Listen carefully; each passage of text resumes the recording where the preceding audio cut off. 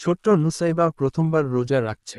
সকাল থেকে এক গ্লাস পানি খাওয়ার জন্য তার ইচ্ছা করছে, কিন্তু সে ধৈর্য ধরে আছে।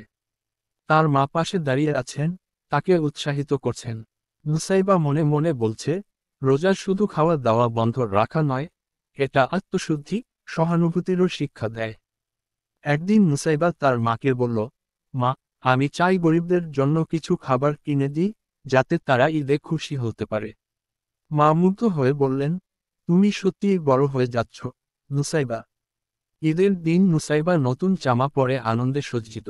কিন্তু সে যখন দেখে গরিব শিশুরা আনন্দের সাথে খাবার খাচ্ছে, তখন তার চোখে এক অদ্ভুত শান্তি অনুভব হয়। সে হেসে হেসে তাদের সঙ্গে ঈদের খুশি ভাগ করে নেয়। Voice over. রোজার শিক্ষা শুধু ধৈর্য নয়, এটি আমাদের সহানুভূতি ও দানশীলতা শেখায়।